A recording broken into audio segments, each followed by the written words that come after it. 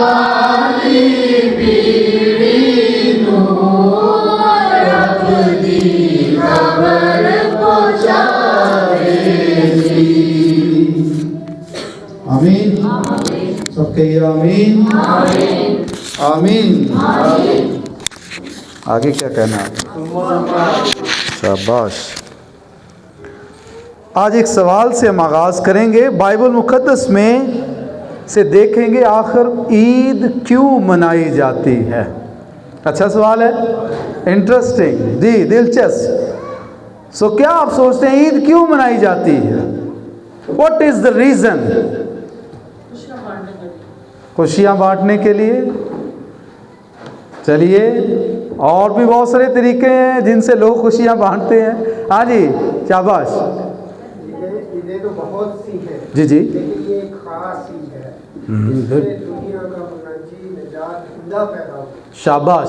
तो बाइबल मुकद्दस की रोशनी में देखेंगे, बहुत शुक्रिया यूसुफ भाई, कि आखिर ईद क्यों मनाई जाती है। आइए पहला रीज़न देखें और खुदा क्या तलकीन करता है, रिक्वायरमेंट क्या है खुदा की तरफ से ईद का, जो मैंडेट कह लें या बाइबल मुकद्दस के मुताबिक जो खुदा ने क्राइटेरिया सेट किया है, एक उसका स्टैंडर्ड सेट किया है, वो क्या है, ये बाइबल मुकद्दस में से देखेंगे। आइए पहला रीज़न और किस तरह से ईद मनाई जानी चाहिए। खुरूज 12वें बाब की 14वीं आयत फिर से दोहराई कर लें इसकी। खुदा के कलाम में ये लिखा है, और वो दिन तुम्हारे लिए एक यादगार होगा और तुम उसको खुदावन की ईद का दिन समझकर मानना।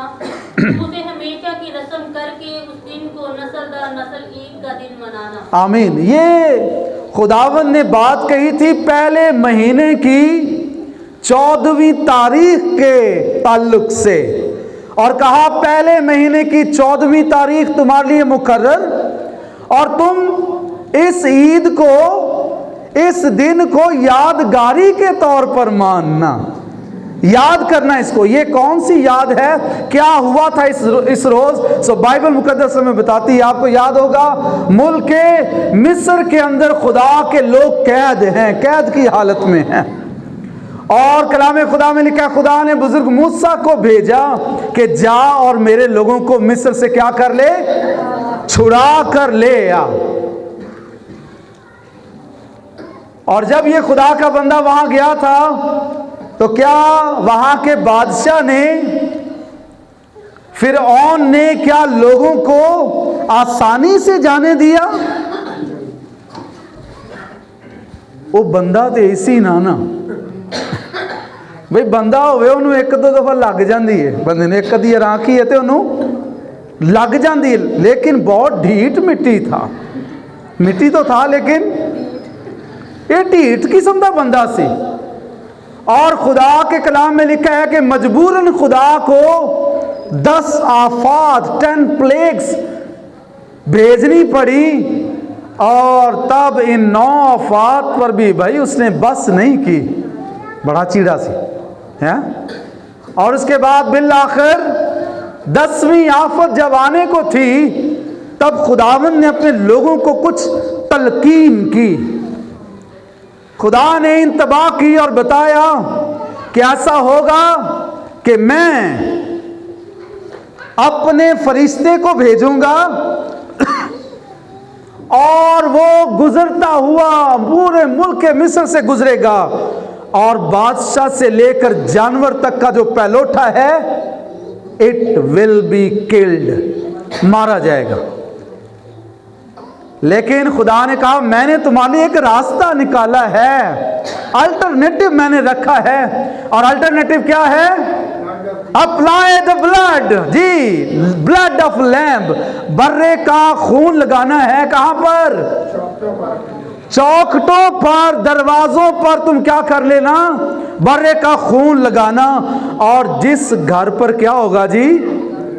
बर्रे वाला पेंट होगा, खून वाला पेंट होगा, उस घर को खुदा का फरिश्ता क्या कर देगा? इसीलिए इसका नाम क्या हुआ? पास ओवर, यानी छोड़ देना।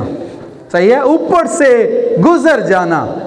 आपने भी अक्सर देखे होंगे जो पुल वगैरह बनाए जाते हैं ना, वो भी ओवर करते हैं ना, ऊपर से गुजर जाते हैं, नीचे उनको आना नहीं पड़ता जो ट्रैफिक होती है, बीच बाजार नहीं वो आते बल्कि ऊपर से। खैर, तो बाइबल मुकद्दस में लिखा है कि खुदा ने अपने लोगों को यह भी ताकीद की कि जब तुम ने यहां से निकलना है तो उससे पहले काम करना, एक तो बर्रा ज़बह करना और बासन में खून डालना और अप्लाई करना अपने दरवाजों पर, लेकिन उस बर्रे का क्या खाना है साथ में? गोश्त भी खाना। लेकिन गोश्त कैसे खाना है जरा बताइए? आई शाबाश, छेती छेती खावे दे। और फिर दूसरी बात क्या कही? अच्छा, ये क्या मंतक थी वैसे छेती छेती खाना? हाँ, माँ पे तो वैसे मना कर दे पुत्र बंदा सहज सहज के खाए, गरम गरम कहीं तक खा लेंगे है ना, वो फिर कंडा इतने आ जाना है ना। माँ बाप तो मना करते जी जी, हाँ जी, खंग भी लग जाती है। तो जाइए कोई पानी लेकर आइए बाजी के लिए। अच्छा, बाइबल मुकद्दस में लिखा खुदा ने कहा जल्दी जल्दी खाना और खुदा ने कहा पोजीशन में रहना, बी अटेंटिव। किसी भी वक्त कॉल आ जाएगी and you have to leave Egypt, आपको मिस्र क्या करना होगा? छोड़ना है। और इसीलिए रेडी रहना, बिल्कुल रेडी स्टेडी, ताकि मैं क्या कर सकूं? 1 2 3 एंड गो, यहां से चले जाओ, भाग जाना एकदम से। अब खुदा ने कहा कि जिस दिन यहां से निकलो तो इसकी तुमने क्या करनी है? यादगारी करनी है। तो याद रखिएगा, जो ईद है वो क्यों मनाई जाती है बाइबल मुकद्दस के मुताबिक? कि अगर खुदा ने कुछ ऐसा अजीब काम किया हो, खुदा ने पास्ट में माजी में कुछ अजब किया हो, कोई ऐसा इंसिडेंट जिसमें खुदा की कुदरत वाज़े तौर पर नजर आती, आपको मालूम होती हो, तो खुदावंद ने कहा उसकी क्या करना? यादगिरी करना। आमीन। दूसरी बात, क्यों ईद की जानी चाहिए, कैसे ईद की जानी चाहिए? आइए खुरूज 12वें बाब की 16वीं आयत।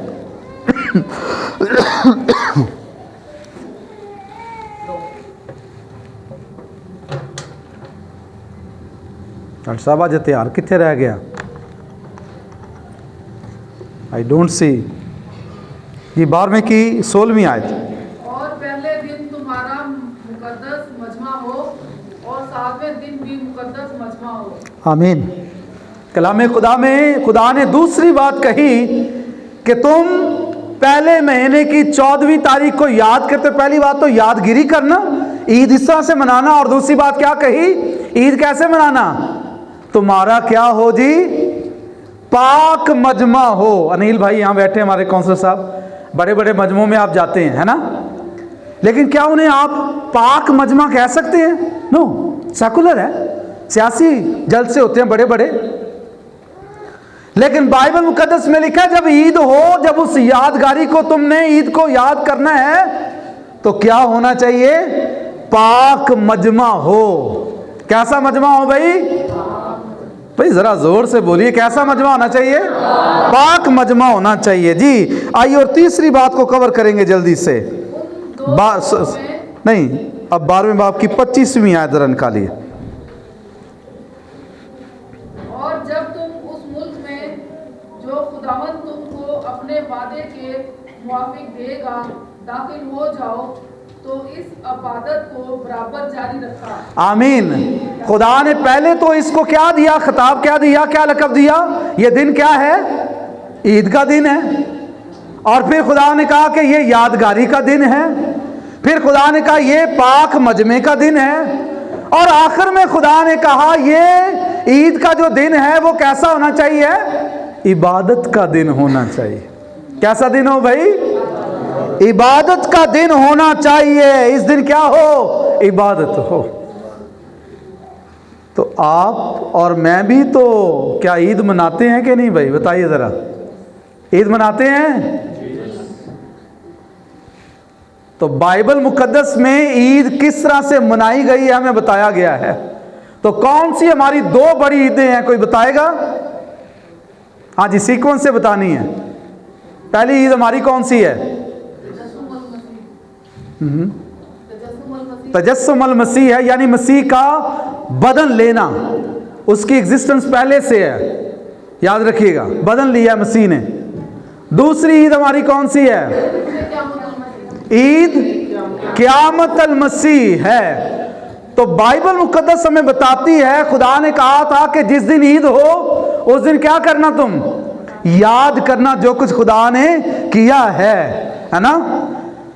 तो इस ईद पर, क्रिसमस पर क्या हुआ जो हम ईद मनाते हैं, इस पर आखिर हुआ क्या क्या है? याद है किसी को क्या क्या चीजें हुई हैं इस ईद पर?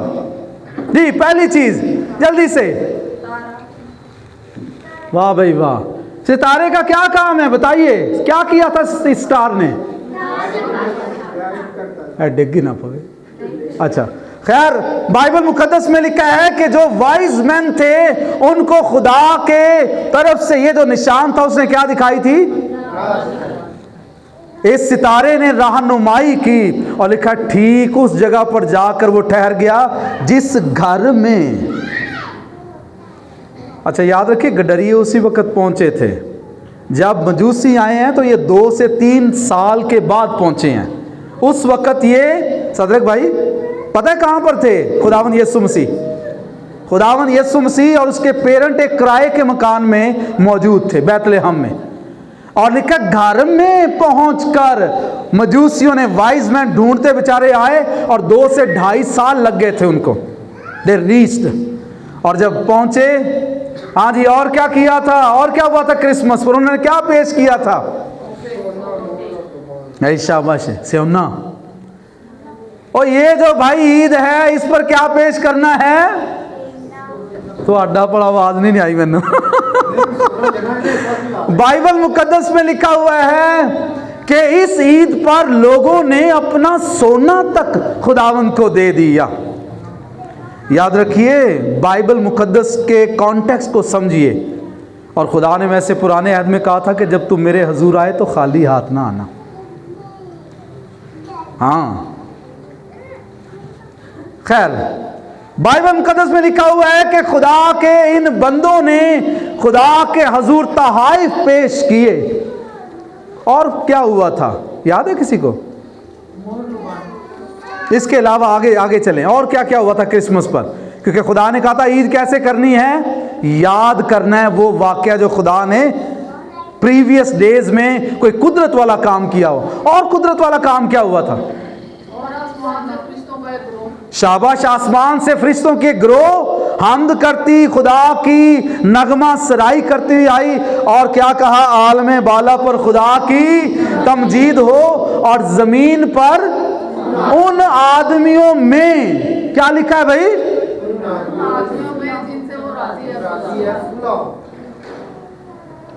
ए जेडे जुमले अगे पिछे हो जाते हैं फिर गड़बड़ हो जाती, समझने फिर प्रॉब्लम हो जाती। अच्छा, लिखा है आलमे बाला पर खुदा की तमजीद हो और जमीन पर उन आदमियों में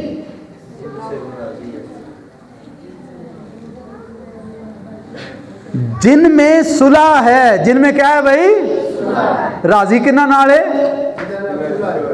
जिन्ना सुलह है। अगर मियां बीवी में सुलह नहीं है तो खुदा राजी कोई नहीं जे भाई, पहला जाके अगर बहन भाइयों के रिश्ते में दरार आ गई है तो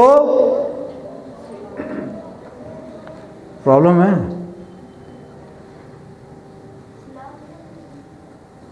अगर आपके दिल में मैल और खोट आ चुकी है, और फिर याद रखिए कि खुदा आपसे राजी नहीं है। दरअसल आपको याद एक बड़ा वाकया, तारीखी वाकया हुआ है इस क्रिसमस पर। वो क्या हुआ? आपने कभी किसी ऐसे बच्चे की पैदाइश देखी है जो बगैर बाप के आ गया हो? ये बिन बाप के कैसे आ गया? पहले से पेश गोई है। अगर आप यसाया का सहीफा पढ़ें और उसका 7वां बाब 14वीं आयत, किसी को याद है? और जरा जल्दी से बताए। देखो, एक कुमारी हामला होगी और उसके बेटा होगा। कुमारी का हामला होना, उसका बेटा होना, अचंभे की बात है कि नहीं? अजीब वाकया है कि नहीं भाई? क्या दुनिया में कभी कोई ऐसा तारीख में कोई वाकया हुआ है? तो खुदा का कलाम ये कहता है कि जब ईद हो तो इन चीजों की दोहराई होनी चाहिए। आमीन। देख, अब से हर जमाना के लोग मुझे क्या कहेंगे? आख्या करो यार, मुकद्दसा मरियम अगर मुबारक बाइबल कहती है तो कहना चाहिए। सही है, शिद्दत पसंद ना हो जाए। जो बातें हैं बाइबल की कहना चाहिए कि मुकद्दसा मरियम औरतों में क्या है भाई? मुबारक है। बाइबल कहती है, आपको और मुझे कहने में क्या कबाहत है? सही है, कहना चाहिए। और फिर और क्या वाकया हुआ था? शाबाश, क्रिसमस पर बस यही हुआ है। और शाबाश, जल्दी से बताइए। और गडरियों को भी खुशखबरी सुनाई गई थी, है ना? ऐसा ही है। और गडरियों ने भी जाकर जैसा उन्हें बताया गया, उन्होंने जाकर वैसा ही देखा और पाया कि एक बच्चे को तुम कैसे देखोगे? कपड़े में लिपटा और चरनी में पड़ा हुआ पाओगे। Praise God. और कलाम खुदा में लिखा, उसका नाम यस्सु रखना, क्योंकि वही अपने लोगों को उनके गुनाहों से क्या देगा? और दुहाई किया करें कि क्रिसमस पर मेरी निजात का बंदोबस्त हुआ है। हालेलुया। किसी ने मेरे गुनाहों का मदावा और कफारा दे दिया और कोई मेरा मदावा करने के लिए आ गया।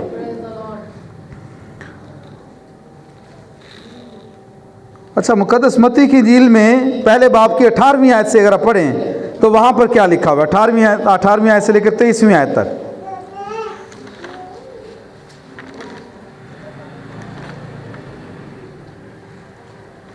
अब यीशु मसीह की पैदाइश इस तरह हुई कि जब उसकी माँ मरियम की मंगनी यूसुफ के साथ हो गई तो उनके होने से पहले वो रूह कुद्दस की कुदरत से हामला पाई गई। बस उसके शौहर यूसुफ ने जो रासबाज था और उसे बदनाम करना नहीं चाहता था, उसे चुपके से छोड़ देने का इरादा किया। वो इन बातों को सोच ही रहा था कि खुदावंद के फरिश्ता ने उसे ख्वाब में दिखाई देकर कहा, ऐ यूसुफ इब्ने दाऊद, अपनी बीवी मरियम को अपने यहाँ ले आने से ना डर। आमीन। बाइबल कहती है उनकी मंगनी हुई है और फरिश्ता आके क्या खबर दे रहा है उसे? जब वो लिखा है कि उसे बदनाम करना, यूसुफ के बारे में लिखा है, उसे बदनाम करना नहीं चाहता था, उसे चुपके से छोड़ देने का। तो याद रखिए, जो खुदा के लोग होते हैं, जो रास्तबाज लोग होते हैं, वो दूसरों को बदनाम नहीं करते। ऐ जेडे बदनाम करने वाले ने कोई होर ही किस्म दियां शइयां होंदियां ने। ये ईमानदार कम अज कम नहीं हो सकते, रास्तबाज नहीं हो सकते। जो रास्तबाज है वो इल्ज़ाम लगाने वाला नहीं है, वो बदनाम करने वाला नहीं है, वो ढांकने वाला। लिखा चुपके से छोड़ देने का। बड़ा अच्छा लफ्ज़ है वैसे, चुपके से छोड़ देने का इरादा किया। छोड़ना भी है तो किसी तरीके से, चज नाल। लेकिन जब वो सोच रहा है सारा कुछ, लेकिन फरिश्ता कह रहा है कि ऐ यूसुफ, अपनी बीवी मरियम को अपने यहाँ ले आने से। अच्छा, बीवी है कि मंगेतर है? उस वक्त बीवी होती, मंगनी बीवी सब होता है तो मंगेतर थी, लेकिन फरिश्ते ने बीवी कहा। ये क्या बात थी? क्या बाइबल में ऐसी कोई तहरीर मिलती है? कलाम तो कहता है अभी उनकी मंगनी हुई है और उनके इकट्ठे होने से पेश, अभी रुखसती नहीं हुई और वो उसकी क्या बन गई है? आइए, बाइबल मुकद्दस इसकी शहादत देती है क्यों फरिश्ते ने कहा। इस्तिस्ना की किताब निकालिए 22वां बाब और उसकी 23 और 24 आयत।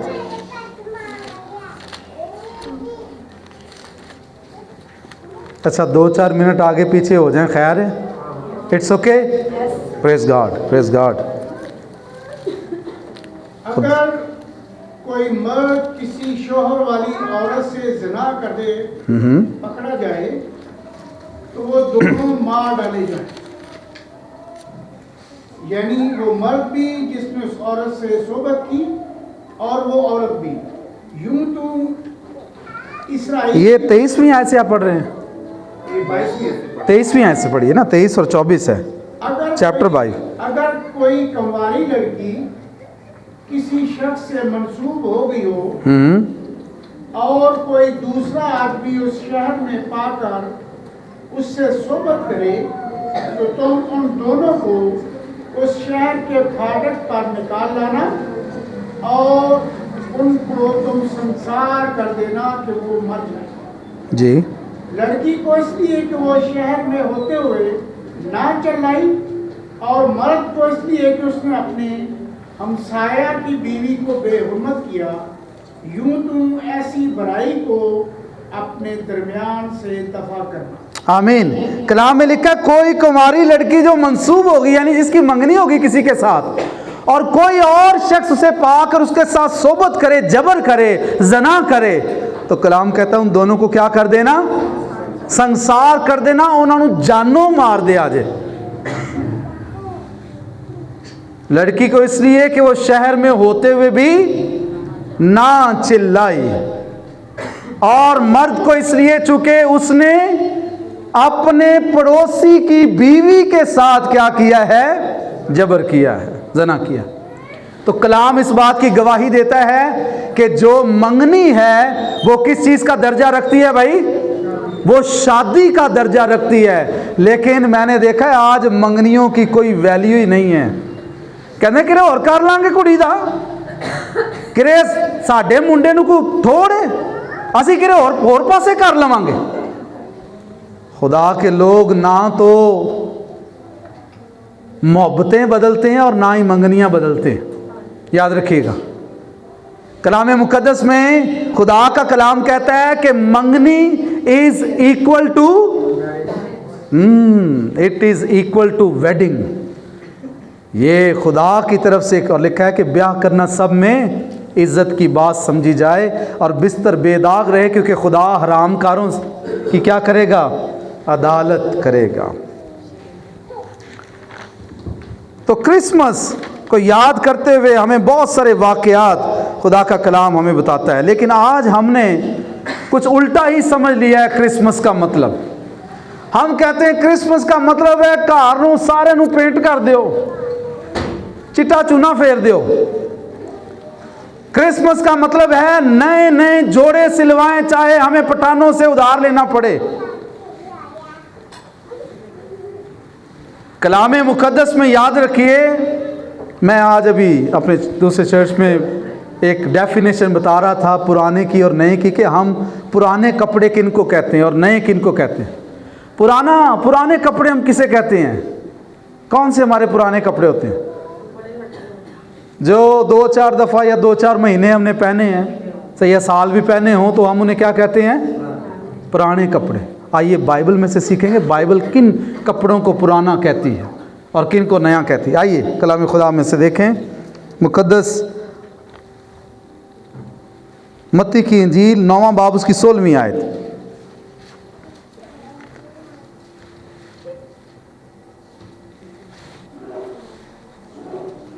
कोरे कपड़े का पेवन पुरानी पोशाक में कोई नहीं लगाता, क्योंकि वो पेवन पोशाक में से कुछ खींच लेता है और वो ज्यादा फट जाती है। आमीन। कोरा कपड़ा पता है कौन सा होता है? जो बिल्कुल नया हो, 0 मीटर। और लिखा कोरे कपड़े का पेवंद पुरानी पोशाक में कोई नहीं, वरना पोशाक क्या हो जाती है? लिखा है कि वो कपड़ा पुराने में से खींच लेता है और पोशाक क्या हो जाती है? फट जाती।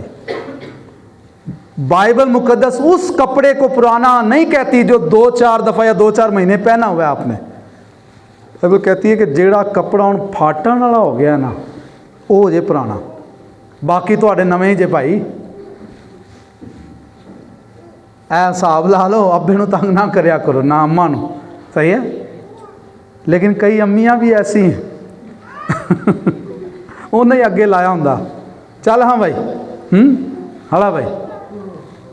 बाइबल मुकद्दस में खुदा का कलाम कह रहे हैं कि क्रिसमस किस चीज का नाम है, या ईद किस चीज का नाम है? जरा बताइए भाई। क्या ये पेंट करने का नाम है?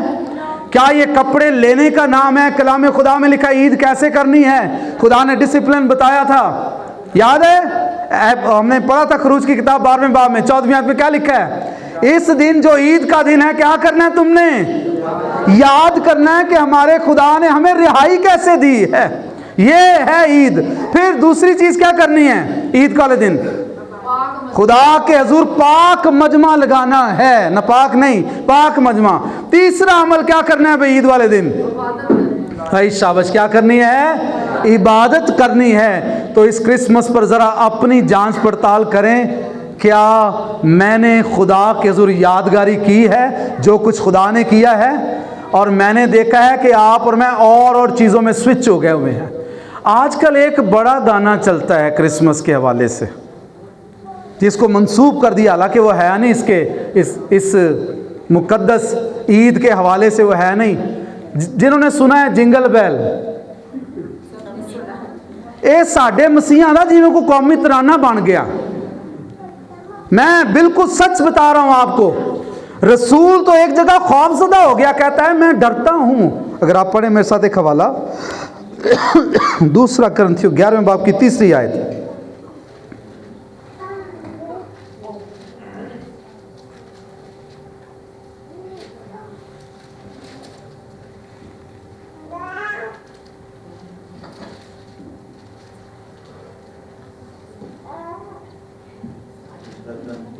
लेकिन मैं डरता हूँ कहीं ऐसा न हो कि जिस तरह सांप ने अपनी मकारी से हवा को बहकाया, उसी तरह तुम्हारे ख्यालात भी उस खलूस और पाक दामनी से हट जाए जो मसीह के साथ होनी चाहिए। जो किसके साथ होनी चाहिए?